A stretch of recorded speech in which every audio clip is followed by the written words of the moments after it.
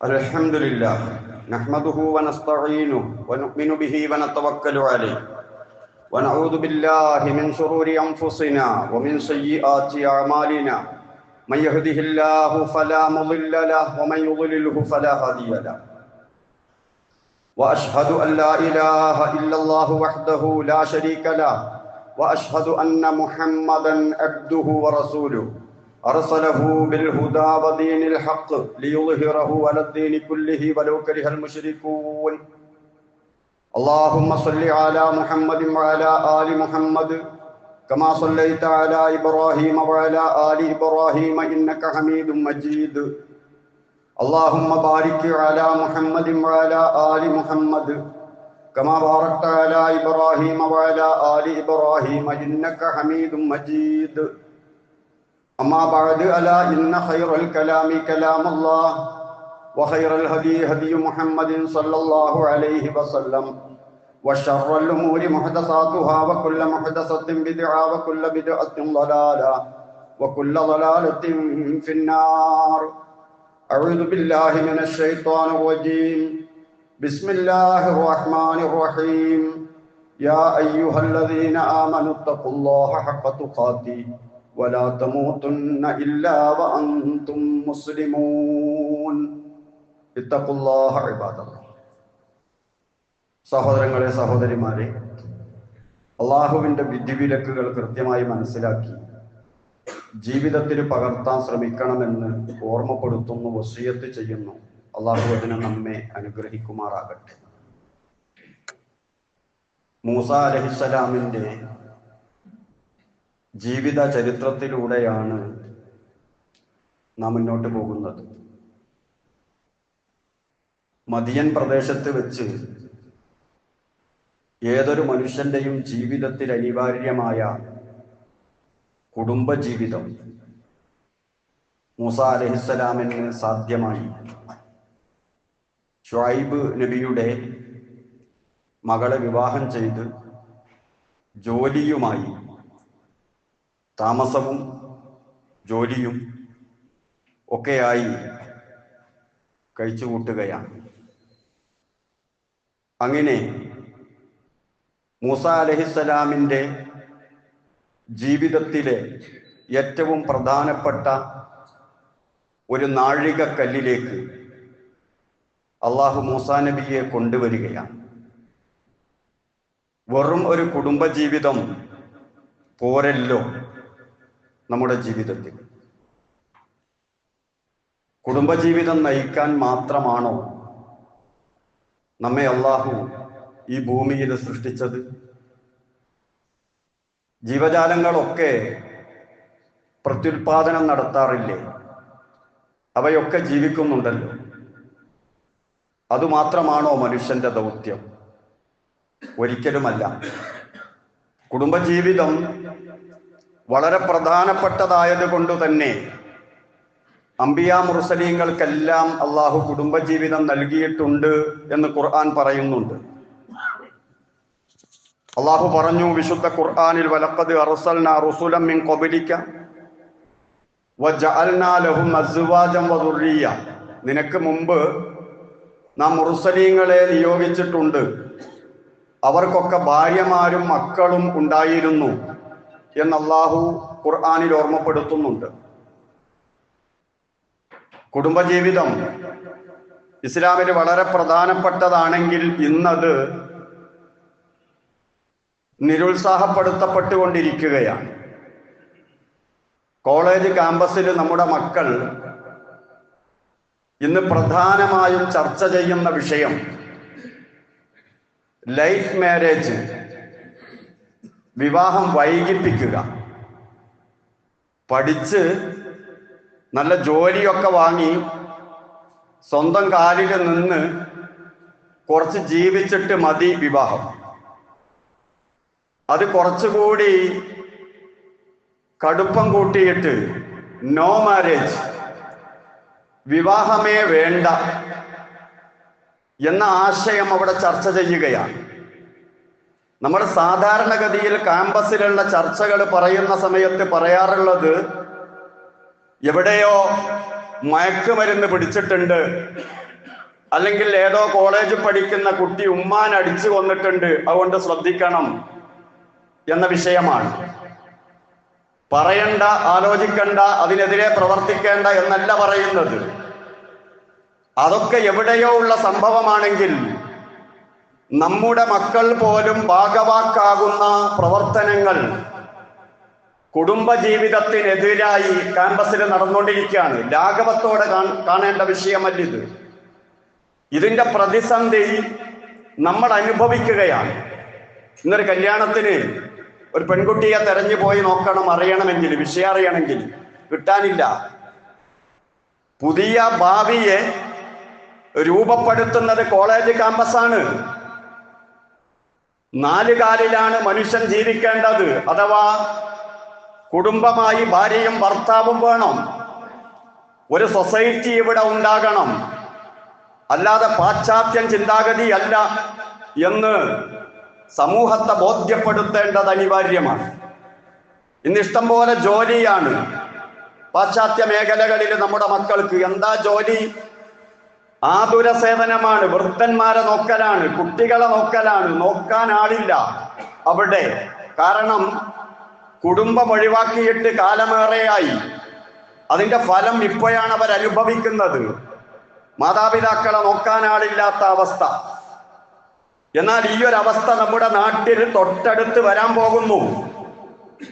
വൈകിയുള്ള വിവാഹത്തിൽ, പ്രായം ചെന്നതിന് ശേഷമുള്ള ഗർഭധാരണ സ്ത്രീകൾക്കുണ്ടാകുമ്പോഴുള്ള പ്രശ്നങ്ങൾ, ഇതെല്ലാം ഉണ്ടായിക്കൊണ്ടിരിക്കുകയാണ്. ഇതിനെയൊക്കെ അവരുടെ ചിന്താഗതിയെ തെറ്റാണ് എന്ന് മനസ്സിലാക്കി കൊടുക്കാനുള്ള പ്രവർത്തനത്തിന് നമ്മൾ മുഴുകുമ്പോൾ, അതിന് മുതിരുമ്പോൾ, അതിന് വഴിവെച്ചത് നമ്മളാണ്. നമ്മളും ആ പാതയിലായിരുന്നു എന്ന സത്യം നാം മറന്നു പോകരുത്. നാം ചെയ്യുന്നതൊക്കെ ശരിയും മറ്റുള്ളവർ ചെയ്യുന്നതൊക്കെ തെറ്റും എന്ന ചിന്താഗതി അത് സ്വാഭാവികമാണ്. മനുഷ്യനുണ്ട്. നമ്മളല്ലേ കൂട്ടുകുടുംബത്തിൽ നിന്ന് അണുകുടുംബത്തിലേക്ക് മാറിയത്. ഒറ്റപ്പെടലിന് തുടക്കം കുറിച്ചത് നമ്മളാ. പണ്ടൊക്കെ നമ്മുടെ ചെറുപ്പത്തിൽ ജ്യേഷ്ഠാനുജന്മാരും ആങ്ങളപങ്കന്മാരെല്ലാം വളരെ സൗകര്യം കുറഞ്ഞ വീട്ടിൽ, കരിങ്ങു തേച്ച മണ്ണ് തേച്ച വീട്ടിൽ ഒന്നിച്ച് താമസിച്ചിരുന്നു. അതിൽ നിന്ന് നമ്മൾ മാറി, എന്നിട്ട് അണുകുടുംബത്തിലേക്ക് പോയി. ഒറ്റപ്പെടണമെന്ന് നമ്മൾ ആഗ്രഹിച്ചു. നമ്മുടെ മക്കൾ അതിനേക്കാൾ കൂടുതൽ ഒറ്റപ്പെടണമെന്ന് ആഗ്രഹിക്കുകയാണ്.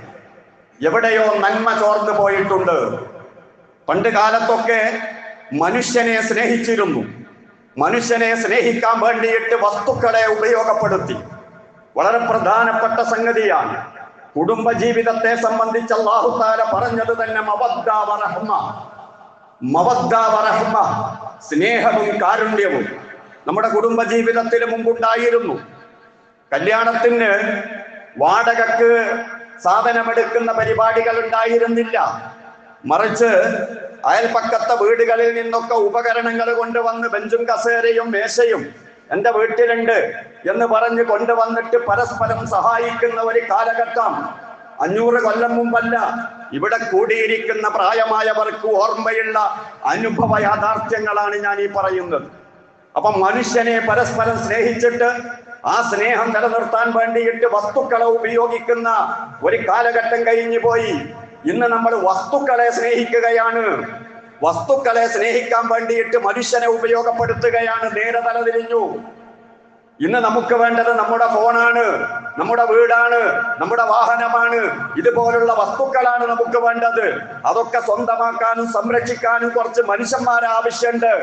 അപ്പൊ വസ്തുക്കളെ സ്നേഹിച്ചിട്ട് അത് നിലനിർത്താനും ഉണ്ടാക്കാനും വേണ്ടി മനുഷ്യരെ ഉപയോഗപ്പെടുത്തുന്ന ദയനീയ സാഹചര്യത്തിലേക്ക് നമ്മൾ മാറിയപ്പോ മവദ്ദ റഹ്മ എന്ന ആശയം കുടുംബത്തിൽ നിന്ന്, മനുഷ്യ സമൂഹത്തിൽ നിന്നില്ലാതായി. അതിന്റെ മൂർജന്യ ദശയിലേക്കാണ് കാര്യങ്ങൾ പോയിക്കൊണ്ടിരിക്കുന്നത്. അങ്ങനെ പാശ്ചാത്യരിൽ നിന്ന് അനുഭവിക്കാൻ പോകുന്ന, ഇന്ന് അനുഭവിച്ചു കൊണ്ടിരിക്കുന്ന ദാരുണമായ ദുരന്തം കുടുംബജീവിതം തകരുക വഴി നമ്മളും അനുഭവിക്കാൻ പോവുകയാണ്. അതുകൊണ്ട് ഇതിനെതിരെയുള്ള ബോധവൽക്കരണം സമൂഹത്തിൽ നിരന്തരമായി നടന്നുകൊണ്ടേയിരിക്കണം. മനുഷ്യൻ പരാശ്രയ ജീവിയാണ്. ആളുകളെ ആശ്രയിക്കാതെ ജീവിക്കാൻ കഴിയില്ല. അങ്ങനെ ആശ്രയിക്കണമെങ്കിൽ ഇവിടെ മനുഷ്യന്മാര് വേണം, നല്ല മനുഷ്യന്മാര് വേണം. നല്ല മനുഷ്യന്മാരുണ്ടാകണമെങ്കിൽ കുടുംബജീവിതം വേണം. കുടുംബത്തിൽ നിന്ന് നല്ല സ്വഭാവത്തോടുകൂടി വളർന്നു വരണം. അല്ലാതെ അനാഥനായി വളർന്നാൽ നല്ല മനുഷ്യനെ ഉൽപ്പാദിപ്പിക്കാൻ സാധ്യമല്ല. ഈ ഒരാശയമാണ് ഇസ്ലാം മുന്നോട്ട് വെച്ചത്. അതുകൊണ്ടാണ് മൂസാ നബി അലൈഹിസ്സലാമിന്റെ ചരിത്രം പറയുമ്പോൾ നുബുവത്ത് കൊടുത്തിട്ട് ദഅവത്ത് എന്ന ദൗത്യം നിർവഹിക്കുന്നതിന് മുമ്പ് അദ്ദേഹത്തിന്റെ കുടുംബജീവിതം അല്ലാഹു തആല പറഞ്ഞത് വളരെ പ്രധാനമാണ്. ഫലമ്മ ഖളാ മൂസ അൽ അജൽ, മൂസ അലൈഹിസ്സലാം പറഞ്ഞ അവധി പൂർത്തിയായി. 10 കൊല്ലം ആട്ടിനെ നോക്കി. അങ്ങനെ നോക്കിയപ്പോൾ ശേഷിക്കുന്ന ജീവിതകാലം അവിടെ തന്നെ കഴിച്ചു കൂട്ടാനല്ല മൂസാ നബിക്ക് തോന്നിയത്. എനിക്കൊരു നാടുണ്ട്, മിസ്റുണ്ട്, അവിടെ കുടുംബക്കാരുണ്ട്, എനിക്കൊന്ന് അങ്ങോട്ട് പോകണം. ആശങ്കയുണ്ട്, അവിടെ പോയാൽ പിടിക്കപ്പെടുമോ? ഒരു കുറ്റകൃത്യവും ചെയ്ത് വന്നതാണ്, ശിക്ഷയുണ്ടാകുമോ? രഹസ്യമായി പോകാം, ഒളിച്ചു പോകാം. ഒരു പക്ഷേ അതൊക്കെ 5-10 കൊല്ലം കഴിഞ്ഞില്ലേ തേഞ്ഞുമാഞ്ഞു പോയിട്ടുണ്ടാകും. അങ്ങനെ പോയിട്ടുണ്ടെങ്കിൽ അവിടെ തന്നെ താമസിക്കാം, അല്ലെങ്കിൽ വേറെ എവിടത്തെങ്കിലും മാറാം. ഏതായാലും കുടുംബക്കാരെയൊക്കെ ഒന്ന് കാണണം എന്ന ചിന്ത മൂസാ നബി അലൈഹിസ്സലാമിനെ വല്ലാതെ സ്വാധീനിക്കുകയാണ്. അള്ളാഹുവാണ് ആ ചിന്ത കൊടുക്കുന്നത്. മനുഷ്യന്റെ മനസ്സ് അള്ളാഹുവിന്റെ കയ്യിലാണല്ലോ. അപ്പൊ അള്ളാഹു തആല മൂസയെ കൊണ്ട് വേറെ ചില പദ്ധതികൾ ആസൂത്രണം ചെയ്തിട്ടുണ്ട്. അത് നടപ്പിൽ വരുത്താനുള്ള തയ്യാറെടുപ്പിലാണ് അള്ളാഹു. കുടുംബവുമായി വരുന്ന സമയത്ത് ഒരുപാട് ആട്ടിൻപറ്റങ്ങളും അതുപോലെ അത് നോക്കാനുള്ള വേലക്കാരൊക്കെ ഈ 10 വർഷത്തെ ജോലിക്കിടെ ശുഐബിന്റെ ആടിനെ വളർത്തിക്കൊടുക്കുന്നതിന് പുറമെ അദ്ദേഹം ചെയ്ത സേവനങ്ങളും ജോലിയും അതിൻ്റെയൊക്കെ ഫലമായി ഒരു നല്ല ആട് മുതലാളിയൊക്കെ ആയിട്ടുണ്ട് മൂസാ അലൈഹിസ്സലാം. അതെല്ലാം കൂട്ടിയാണ് വരുന്നത്. അങ്ങനെ വരുമ്പോൾ വഴി തെറ്റിപ്പോയി. കൂരിരുട്ടാണ്, എങ്ങോട്ടാണ് പോകേണ്ടത് എന്നറിയില്ല. അങ്ങനെ മൂസാ നബി അലൈഹിസ്സലാം വളരെ പ്രയാസപ്പെട്ട് നിൽക്കുമ്പോൾ അള്ളാഹു പറയുന്നു, ആനസ മിൻ ജാനിബി തൂരി നാറ, തൂർ പർവ്വതത്തിന്റെ ഒരു ഓരത്ത് നിന്നൊരു ഭാഗത്ത് നിന്ന് തീ കാണുകയാണ്. അവിടെ തീ കത്തുന്നത് കാണുന്നു. ഖാലലി അഹ്ലിഹി, മൂസ കുടുംബത്തോട് പറഞ്ഞു, ഉംകുസു, നിങ്ങൾ ഇവിടെ നിൽക്കൂ. ഇന്നി ആനസ്തു നാറ, ഞാൻ അവിടെ ഒരു തീ കാണുന്നുണ്ട്. ലഅല്ലി ആതീകും മിൻഹാ ബിഖബർ, അവിടെ പോയാൽ വല്ല വർത്തമാനവും കിട്ടും. നമുക്ക് വഴിതെറ്റിപ്പോയല്ലോ, എങ്ങോട്ടാ പോകേണ്ടത് എന്ന് അവരോട് നമുക്ക് ചോദിക്കാം. തീയുള്ളിടത്ത് ആളുണ്ടാകാൻ സാധ്യതയുണ്ട്. ഇനി ആരും ഇല്ലെങ്കിൽ ഔ ജദ്വത്തിൻ മിനന്നാർ, ഞാനൊരു തീ കൊള്ളി കൊണ്ടുവരാം അവിടുന്ന്. ലഅല്ലക്കും തസ്തലൂൻ, നിങ്ങൾക്ക് തീ കായാമല്ലോ, നല്ല തണുപ്പല്ലേ. അപ്പൊ ഏതായാലും വഴിതെറ്റിയതാണ്. ഞാനൊരല്പം തീയുമായിട്ട് വരാം, ഞാൻ അങ്ങോട്ട് പോകുന്നു, നിങ്ങൾ ഇവിടെ നിൽക്കൂ എന്ന് പറഞ്ഞുകൊണ്ട് മൂസാ നബി അലൈഹിസ്സലാം അങ്ങോട്ട് പോവുകയാണ്. ഫലമ്മ അത്താഹ, മൂസാ അലൈഹിസ്സലാം അഗ്നിയുടെ ഭാഗത്തെത്തിയപ്പോൾ നൂദിയ മിൻ ഷാത്തിയിൽ വാദിൽ ഐമനി ഫിൽ ബുഖഅത്തിൽ മുബാറക, ആ അനുഗ്രഹീത പ്രദേശത്ത് നിന്ന്, ആ താഴ്വരയുടെ വലതുഭാഗത്ത് നിന്ന് വിളിക്കപ്പെടുകയാണ്. അഥവാ മിനശ്ശജറ, ഒരു മരത്തിൽ നിന്ന്, ഇലതൂർന്ന് നിൽക്കുന്ന വളരെ പച്ച പിടിച്ച ഒരു വലിയ മരം. ആ മരം മുഴുവനും പ്രകാശിക്കുകയാണ്. ആ പ്രകാശമാണ് മൂസാ അലൈഹിസ്സലാം കണ്ടത്. ഒരു പ്രത്യേക പ്രകാശം, അല്ലാതെ തീയല്ല. അള്ളാഹുവിന്റെ ഹിക്മത്ത് മൂസാ അലൈഹിസ്സലാമിനെ അവിടെ കൊണ്ടുവരാൻ ആ മരത്തെ അല്ലാഹു തആല പ്രകാശിപ്പിക്കുകയാണ്. അവിടെ വെച്ചൊരു വിളിയാളം, യാ മൂസ ഇന്നി അനല്ലാഹ്, മൂസ നിന്നോട് സംസാരിക്കുന്നത് ആരാണെന്നറിയോ? ഇന്നി അനല്ലാഹ്, അള്ളാഹു സംസാരം തുടങ്ങുകയാണ്. ലൈവാണ്, റബ്ബ് സംസാരിക്കുകയാണ്. റബ്ബ് നേരിട്ട് ഒരു പ്രവാചകനോട് സംസാരിക്കുക എന്ന ഏറ്റവും വലിയ ബഹുമതി മൂസാ അലൈഹിസ്സലാമിന് ലഭിച്ചത് കൊണ്ട് തന്നെ മൂസാ അലൈഹിസ്സലാമിനെ നാം കലീമുല്ലാഹ് എന്ന് വിളിക്കുകയാണ്. ആലോചിച്ചു നോക്കണം, അള്ളാഹു സംസാരിക്കുന്ന മൂസ നബിയോട്, അത് അനുഭവിക്കാൻ കഴിയുന്ന മൂസാ അലൈഹിസ്സലാമിന് എല്ലാം മറന്നു പോകുന്ന രംഗം. ആദ്യമായി അല്ലാഹു തആല മൂസാ അലൈഹിസ്സലാമിനോട് പറഞ്ഞത്, ഇന്നി അനല്ലാഹ്, ഞാൻ നിന്റെ ആരാധ്യനാണ്, ഏക ആരാധ്യനാണ്, ഞാൻ അള്ളയാണ്, റബ്ബുൽ ആലമീൻ, ലോകരക്ഷിതാവാണ് നിന്നോട് സംസാരിക്കുന്നത്. ചില്ലറ സംസാരല്ല, ശ്രദ്ധിച്ച് കേൾക്കണം. ലോകരക്ഷിതാവ് നിന്നോട് സംസാരിക്കുന്നു എന്ന് പറഞ്ഞുകൊണ്ട് അല്ലാഹു തആല സംസാരം തുടങ്ങുകയാണ്. സൂറത്തുൽ ഖസസിൽ ഈ രൂപത്തിൽ പറഞ്ഞുവെങ്കിൽ സൂറത്ത് ആഹയിൽ അല്ലാഹു തആല ആ സംഭാഷണം അതിന്റെ മറ്റൊരു ഭാഗം കൂടി പറയുന്നുണ്ട്. അല്ലാഹു ചോദിച്ചു, മൂസ, എന്താണ് നിന്റെ കയ്യിൽ? വമാ തിൽക ബിയമീനിക യാ മൂസ, എന്താ കയ്യിൽ? മൂസാ നബി അലൈഹിസ്സലാമിനോട് അല്ലാഹു ചോദിച്ചതിന് മറുപടി പറയണം. അള്ളാഹിനോടാണ് മറുപടി പറയുന്നത്. അപ്പൊ അതിന്റെ ആർജവത്തിലും സന്തോഷത്തിലും മൂസാ അലൈഹിസ്സലാം ആ വടിയുടെ ഉപയോഗവും വടിയാണെന്നുള്ളതുമെല്ലാം വിവരിച്ച് പറയുകയാണ്.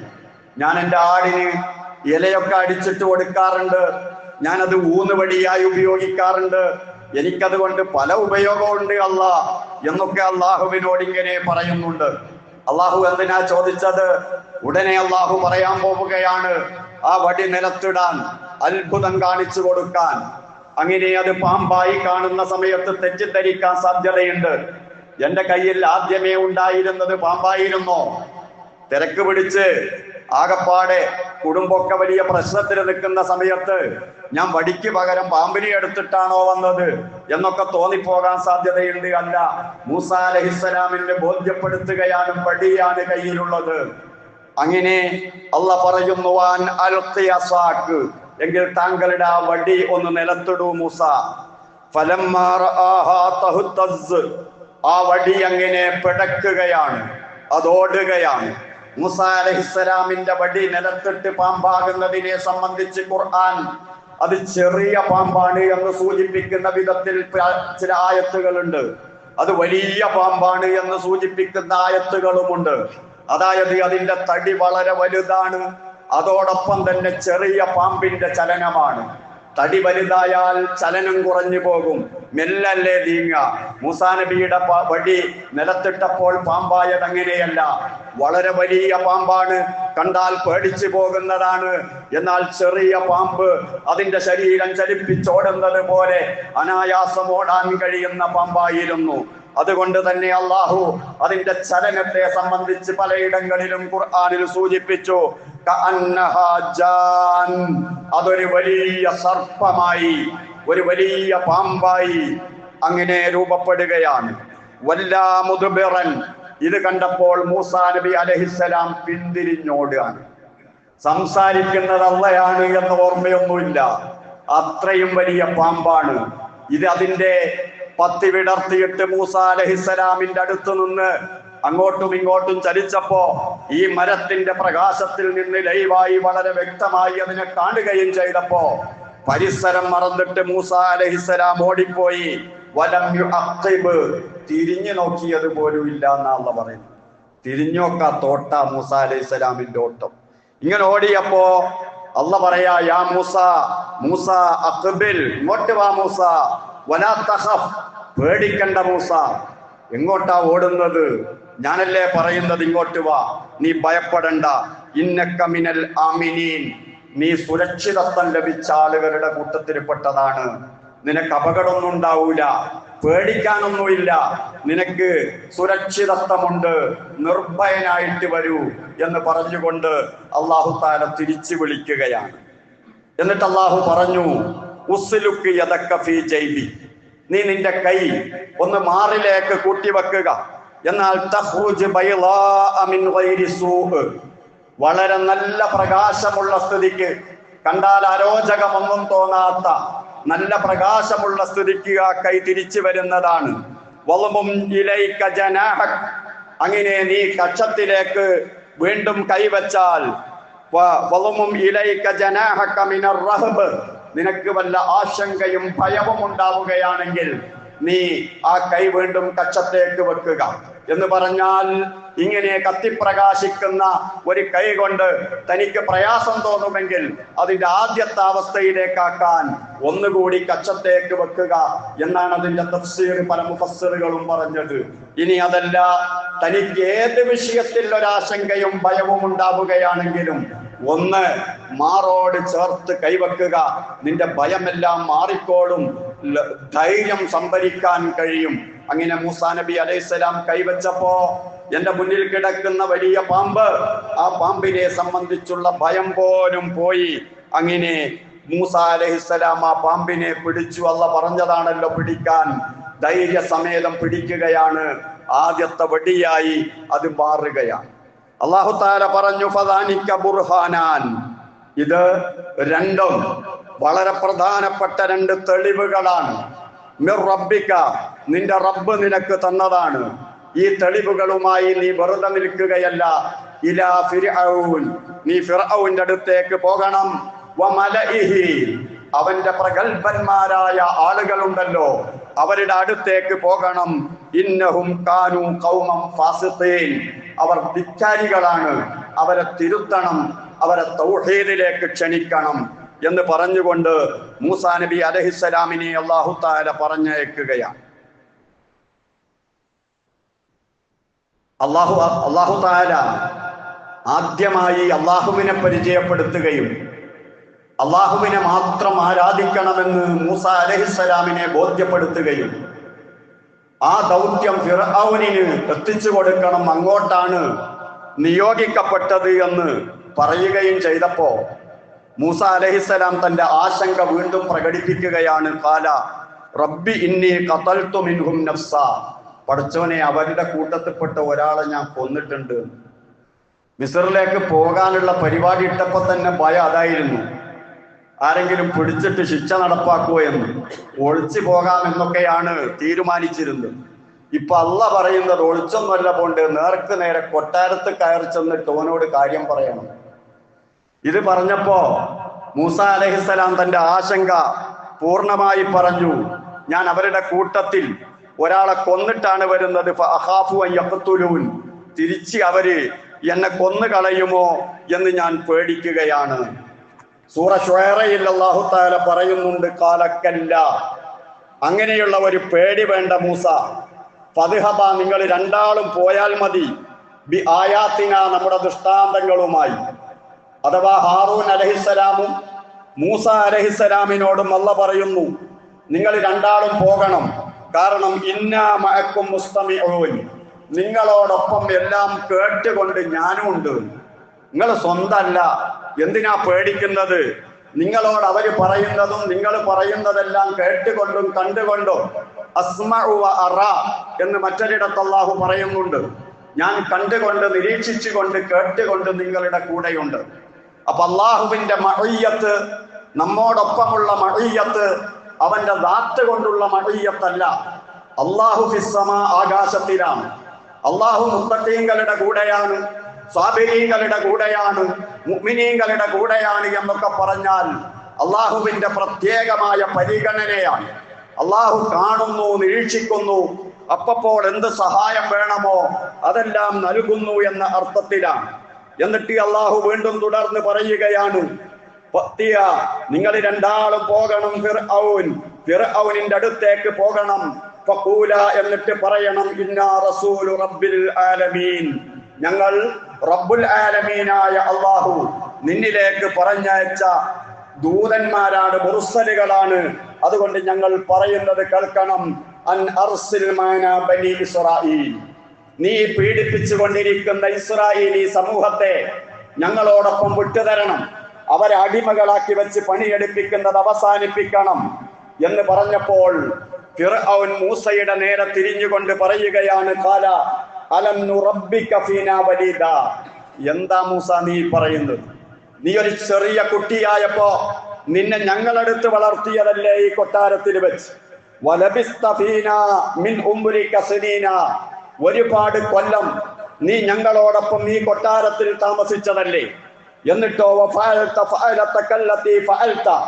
നീ ചെയ്ത എന്തെല്ലാം ദുഷ്കർമ്മങ്ങളാണ്, പ്രവർത്തികളാണ് നീ ചെയ്തത്.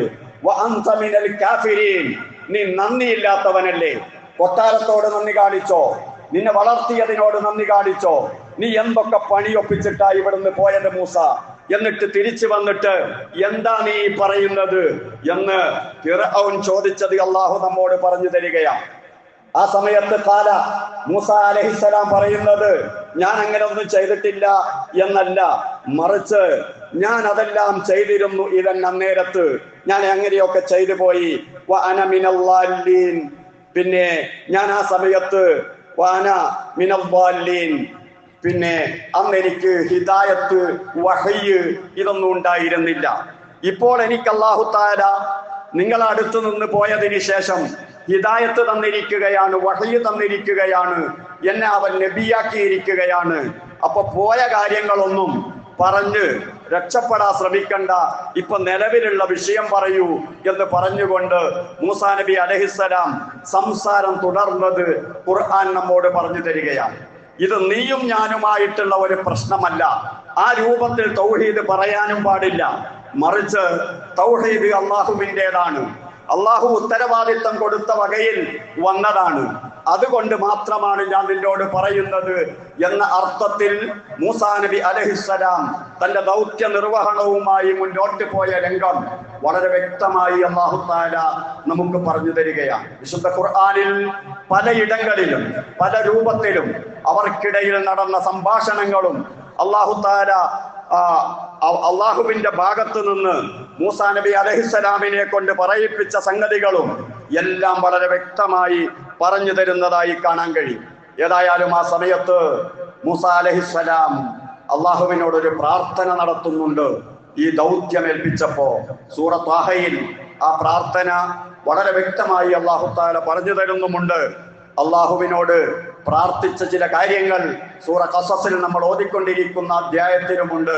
മൂസാ അലൈഹിസ്സലാം പറയുകയാണ്, ഖാല റബ്ബി ഇന്നി ഖതൽതു മിൻഹും നഫ്സൻ ഫഅഖാഫു അൻ യഖ്തുലൂൻ എന്ന് പറഞ്ഞതിന് ശേഷം വഅഖീ ഹാറൂൻ ഹുവ അഫ്സഹു മിന്നി ലിസാന, എൻ്റെ സഹോദരൻ ഹാറൂൻ എന്നേക്കാൾ നന്നായി സംസാരിക്കുന്നവനാണ്. അപ്പൊ ദഅവത്ത് എന്നത് കൂട്ടമായി നടത്തണം, ഒന്നിച്ച് നടത്തണം. എല്ലാം എനിക്ക് തന്നെ ഇങ്ങ് ചെയ്തു കളയണം, അല്ലെങ്കിൽ ഏതൊരു സ്ഥാനാണ് ഈ ലഭിച്ചുകൊണ്ടിരിക്കുന്നത്? അള്ളാഹു നേരിട്ട് തിരഞ്ഞെടുക്കുകയാണ്, അള്ളാഹു സംസാരിക്കുകയാണ്. എന്നിട്ട് പോലും മൂസാ നബി അലൈഹിസ്സലാം പറയുന്നത് വഅഖീ ഹാറൂൻ ഹുവ അഫ്സഹു മിന്നി ലിസാന, എന്നേക്കാൾ നന്നായി സംസാരിക്കാൻ കഴിയുക, ഒരാളെ അഭിമുഖീകരിക്കുമ്പോൾ കാര്യം അവതരിപ്പിക്കാൻ കഴിയുക എന്റെ സഹോദരൻ ഹാറൂനാണ്. അതുകൊണ്ട് അർസിൽഹു മഅി, എന്റെ കൂടെ അദ്ദേഹത്തെയും കൂടി നീ നിയോഗിക്കണമേ. എന്റെ സത്യത്തെ വാസ്തവപ്പെടുത്തുന്ന, എന്റെ ഈ അവസ്ഥയിൽ എന്നോട് അനുകൂലിക്കുന്ന, എന്റെ കൂടെ സംസാരിക്കുന്ന ഒരാളായിട്ട് എനിക്ക് ഹാറൂൻ കൂടി വേണം. ഇന്നി അഖാഫു അൻ യുകദ്ദിബൂൻ, അവരെല്ലാം കൂടി എന്നെ കളവാക്കുമ്പോൾ എന്റെ ഭാഗത്തും വേണ്ടേ ഒരാള്, അതിന് ഹാറൂൻ വേണം എന്നാവശ്യപ്പെടുകയാണ് മൂസാ അലൈഹിസ്സലാം. അപ്പോൾ അല്ലാഹു തആല മറുപടി കൊടുത്തു, ഖാല സനശുദ്ദു അദുദക ബി അഖീ, നിന്നെ നാം നിന്റെ സഹോദരനെ കൊണ്ട് ശക്തിപ്പെടുത്തുന്നതാണ് മൂസ. വനജ്അലു ലകുമാ സുൽത്താനൻ, നിങ്ങൾക്ക് രണ്ടുപേർക്കും ആധികാരികമായ ഒരു ശക്തി ഞാൻ നൽകുന്നതാണ്. നിങ്ങൾ അവിടെ പോയി പറയുന്നതിന് ഫിർഔൻ പറയുന്നതിനേക്കാൾ ശക്തി ഉണ്ടാകും. നിങ്ങൾ അവിടെ പോയി ചെയ്യുന്ന കാര്യങ്ങൾക്കൊക്കെ അതിന് മറുപടിയായി ഫിർഔൻ പറയുന്നതിനേക്കാൾ ഒരു ആധികാരികതയുണ്ടാകും. ആളുകളുടെ മനസാക്ഷി നിങ്ങൾ ചെയ്യുന്നതും നിങ്ങൾ പറയുന്നതും അംഗീകരിക്കും. അതിനുള്ള ഒരു ആധികാരികത ഞാൻ നിങ്ങൾക്ക് നൽകുന്നതാണ്. ഫലാ യസ്ലൂന ഇലൈകുമാ ബിആയാതിനാ, നമ്മുടെ ദൃഷ്ടാന്തങ്ങൾ മുഖേന അവർ നിങ്ങളിലേക്ക് എത്തിച്ചേരുകയില്ല. നിങ്ങൾക്ക് അതിജയിക്കാൻ കഴിയും. നമ്മുടെ ദൃഷ്ടാന്തവുമായിട്ടാണ് നിങ്ങൾ പോകുന്നത്. നിങ്ങളെ ഒന്നും ചെയ്യാൻ അവർക്ക് കഴിയില്ല.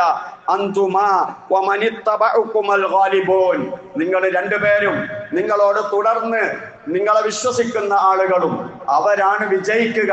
നിങ്ങളെ എതിർക്കുന്നവർ പരാജയപ്പെടുകയാണ് ചെയ്യുക. ഫിറഔൻ വലിയ ആളാണ് എന്ന് വിചാരിച്ചൊന്നും നിങ്ങൾ പേടിക്കണ്ട, ഞാൻ നിങ്ങളുടെ കൂടെയുണ്ട് എന്നൊക്കെ പറഞ്ഞ് ധൈര്യം കൊടുത്തിട്ട് ദഅവത്തിന് പറഞ്ഞേക്കാണ്. മൂസ അലൈഹിസ്സലാമിനെ അല്ലാഹു സുബ്ഹാനഹു വ തആല. അതാണ് മൂസ അലൈഹിസ്സലാമിന്റെ ജീവിതത്തിലെ ബനൂ ഇസ്രായേലിന് നേതൃത്വം കൊടുക്കുന്ന ഉത്തരവാദിത്തം ഏറ്റെടുത്ത ഏറ്റവും പ്രധാനപ്പെട്ട സംഭവം. അതിനുശേഷം അവിടുത്തെ ജീവിതം മുഴുവനും ഇസ്രായേല്യരെ നേർവഴിക്ക് നയിക്കാനും അവർക്ക് സ്വാതന്ത്ര്യം വാങ്ങിക്കൊടുക്കാനും ഒക്കെയുള്ള നിരന്തരമായ പോരാട്ടമായിരുന്നു. ഒരു തൗഹീദിന്റെ പ്രബോധന യാത്രയായിരുന്നു. തുടർന്നുകൊണ്ട് അല്ലാഹു അത് തന്നെയാണ് പറയുന്നത്. കുടുംബ ജീവിതത്തോടൊപ്പം ദഅവാ രംഗത്ത് പ്രവർത്തിക്കാൻ ഇതെല്ലാം അല്ലാഹു നമുക്കൊരു പ്രചോദനമായി നൽകുമാറാകട്ടെ. അഖൂലു ഖൗലി ഹാദാ വഅസ്തഗ്ഫിറുല്ലാഹൽ അലീം ലി വലക്കും വഅസ്തഗ്ഫിഹി അന്നി വഅൻകും വഅൻ ജമീഇൽ മുസ്ലിമീന വൽ മുഅ്മിനീന അജ്മഈന ഫസ്തഗ്ഫിറൂ ഇന്നഹു ഹുവൽ ഗഫൂറുർ റഹീം.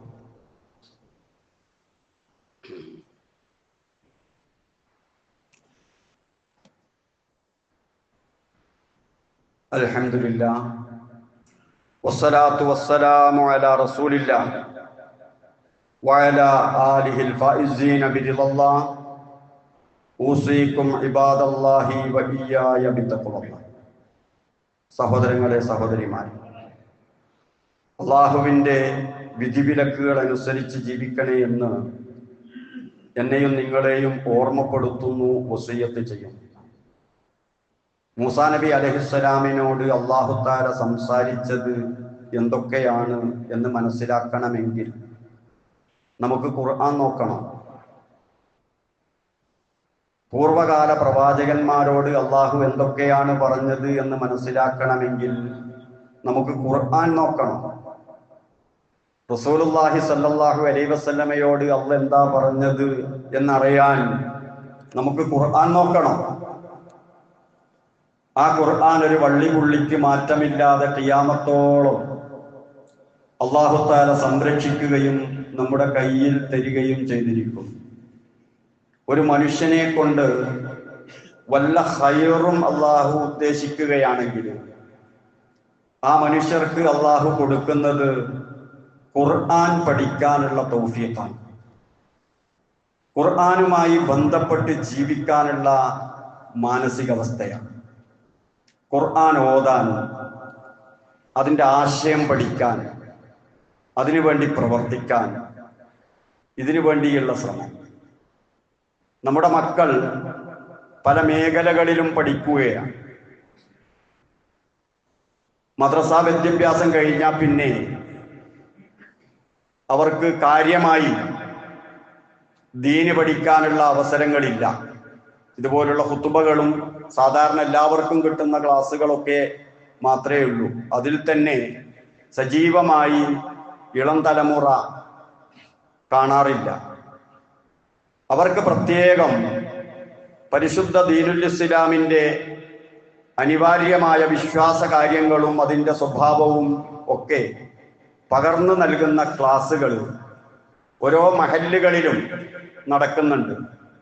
നമ്മൾ CRI എന്നൊക്കെ പറയുന്ന സമയത്ത് ചില കാട്ടിക്കൂട്ടലുകൾ എന്നതല്ല. അതുകൊണ്ട് നമ്മുടെ കുടുംബങ്ങളിലുള്ള മക്കളെ നിർബന്ധമായി CRIയിൽ പങ്കെടുപ്പിക്കണം, ഖുർആനുമായി അടുപ്പിക്കണം. എല്ലാം നഷ്ടപ്പെട്ടു പോയതിന് ശേഷം പരിതപിച്ചിട്ട് കാര്യമില്ല. ആ പരിതാപം വിശുദ്ധ ഖുർആൻ തന്നെ പലയിടങ്ങളിൽ സൂചിപ്പിക്കുന്നുണ്ട്. പരിതാപം മാത്രമായിരിക്കും, യാതൊരു പ്രയോജനവും ഉണ്ടാവില്ല. പ്രവർത്തിക്കേണ്ട സമയത്ത് പ്രവർത്തിക്കുക, ചെയ്യേണ്ടത് ചെയ്യുക, അതാണ് നമ്മുടെ ഉത്തരവാദിത്വം. അതുകൊണ്ട് രക്ഷിതാക്കൾ ഈ CRIക്ക് മക്കൾ പോയോ, അതല്ലെങ്കിൽ പഠന ക്ലാസ്സുകൾക്ക് പങ്കെടുക്കുന്നുണ്ടോ, അവരുടെ നമസ്കാരത്തിന്റെ സ്ഥിതി എന്താണ്? എൻ്റെ മോനല്ലേ, മോൻ ഏതായാലും മോശാവൂല, നമ്മളാരും മോശക്കാരല്ലല്ലോ, ഇങ്ങനെയുള്ള ഒരു പൊതുധാരണയിൽ ഇങ്ങനെ നടന്നുകൊണ്ടിരിക്കുകയാണ്. ഇതിൽ നിന്ന് മാറി ഒരല്പം കൂടുതൽ ശ്രദ്ധയോടുകൂടി വിഷയം കൈകാര്യം ചെയ്യേണ്ടതുണ്ട്. അതുപോലെ നമ്മുടെ മഹല്ലിലും പരിസരങ്ങളിലുമെല്ലാം നിരന്തരമായി മരണങ്ങൾ സംഭവിച്ചുകൊണ്ടിരിക്കുകയാണ്. രോഗികൾ വർദ്ധിച്ചുകൊണ്ടിരിക്കും. നിരന്തരമായ പ്രാർത്ഥനയും ശുചിത്വവും എല്ലാം അനിവാര്യമായ ഒരു കാലത്താണ് നമ്മൾ ജീവിക്കുന്നത്.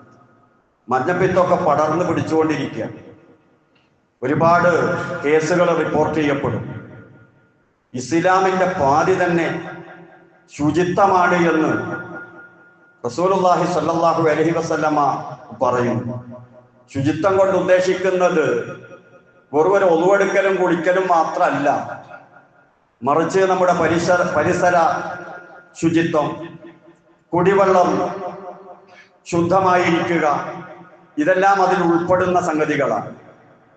പ്രത്യേകിച്ച് കല്യാണ വീടുകളിൽ വെച്ചാണ് ഇത് കൂടുതൽ പകർന്നുകൊണ്ടിരിക്കുന്നത് എന്ന് വരെ ആരോഗ്യ വകുപ്പ് റിപ്പോർട്ട് ചെയ്യുകയും അതിനെതിരെ പല ജാഗ്രതാ നിർദ്ദേശങ്ങളും നൽകിക്കൊണ്ടിരിക്കുകയുമാണ്. ഈ സന്ദർഭങ്ങളിൽ ആരോഗ്യ സംരക്ഷണത്തിന് കൂടുതൽ ശ്രദ്ധ പുലർത്തുക, കുടുംബ സുരക്ഷിതത്വത്തിന് കൂടുതൽ ശ്രദ്ധ പുലർത്തുക. ഈ കുടുംബ സംവിധാനം തന്നെയാണ് ആഖിറത്തിൽ സ്വർഗത്തിൽ പോകാനും എനിക്കുള്ളത് എന്ന് തിരിച്ചറിയുക. എല്ലാവരും ഒന്നിച്ചു പോകണമെന്ന് ആലോചിക്കുക. അതോടൊപ്പം രോഗികൾക്ക് വേണ്ടി പ്രത്യേകം പ്രാർത്ഥിക്കുക, അവരെ സമാധാനിപ്പിക്കുക. നമ്മുടെ കൂട്ടത്തിൽ പലരും ICUയിലാണ്, രോഗബാധിതരാണ്, വേദന കടിച്ചിറക്കുകയാണ്.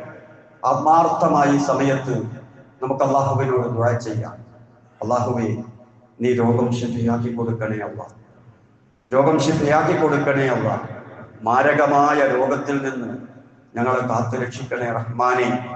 ആരോഗ്യത്തോടു കൂടിയുള്ള ദീർഘായുസ് നൽകി അനുഗ്രഹിക്കണേ റഹ്മാനെ. അള്ളാഹുവേ, കുടുംബത്തിൽ നിന്ന് കൺകുളിർമ നൽകി അനുഗ്രഹിക്കണേ റഹ്മാനെ. ചീത്ത പേരുണ്ടാക്കുന്ന യാതൊന്നും കുടുംബത്തിലുണ്ടാകുന്നതിനെ തൊട്ട് കാത്തു രക്ഷിക്കണേ റഹ്മാനെ. ദുനിയാവിലോ ആഖിറത്തിലോ ഒരു ഐബിലും പെടാതെ രക്ഷപ്പെടാൻ തൗഫീഖ് നൽകണേ റഹ്മാനെ. അള്ളാഹുവേ, മുസ്ലിമായി ജീവിക്കാൻ, ഈമാനോടുകൂടി മരണപ്പെടാൻ തൗഫീഖ് നൽകണേ റഹ്മാനെ. പ്രായമായവരുണ്ട്, അള്ളാഹുവേ, ആരോഗ്യത്തോടു കൂടിയുള്ള ദീർഘായുസ് നൽകി അനുഗ്രഹിക്കണേ റഹ്മാനെ. രോഗങ്ങളെല്ലാം ശിഫയാക്കി തരണേ റഹ്മാനെ. ICUയിൽ കിടക്കുന്ന രോഗികളുണ്ട്, ചികിത്സയിലുള്ള രോഗികളുണ്ട്, എത്രയും പെട്ടെന്ന് ശമനം നൽകി അനുഗ്രഹിക്കണേ റഹ്മാനെ.